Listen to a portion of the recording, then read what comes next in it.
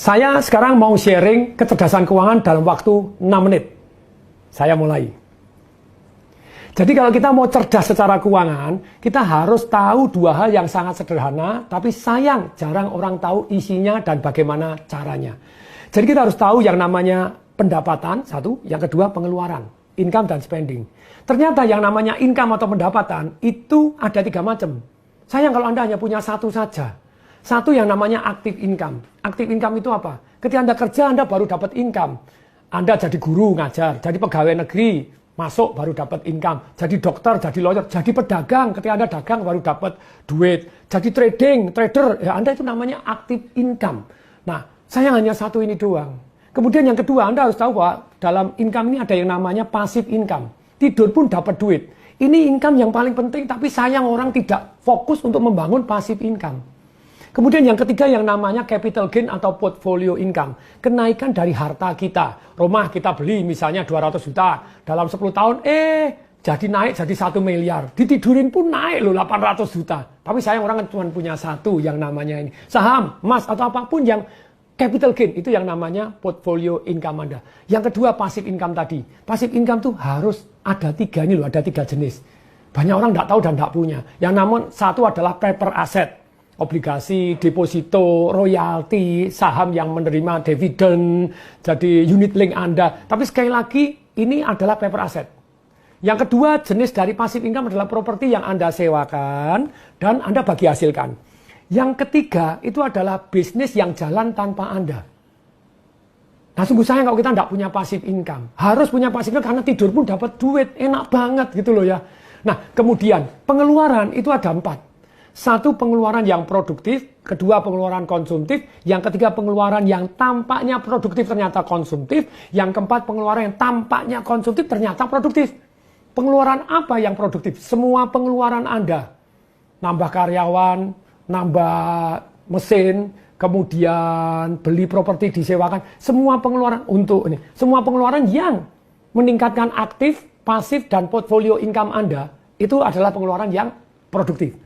Pengeluaran yang konsumtif, itu ada 3 macam.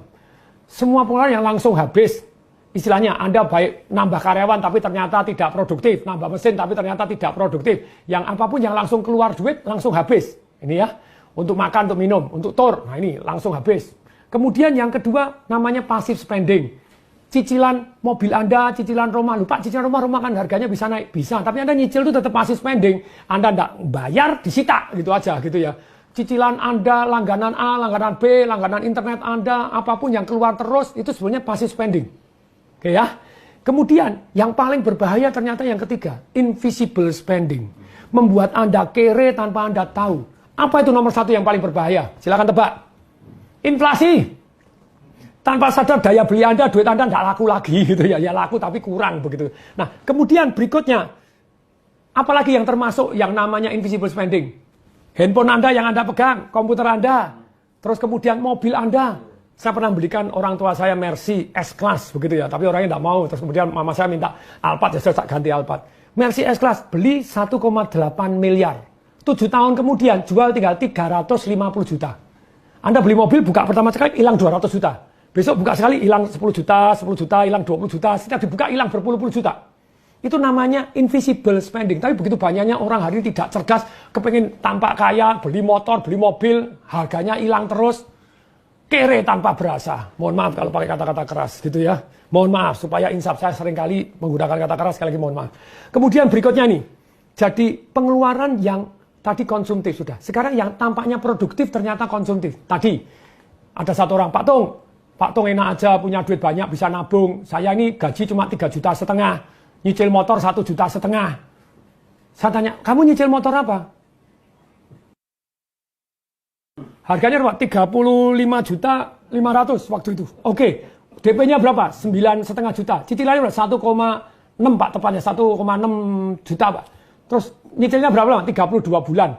Saya hitung, berarti kamu total duit keluar 60 jutaan sekian. Betul Pak? Kalau 3 tahun 12 juta, saya 12 juta loh.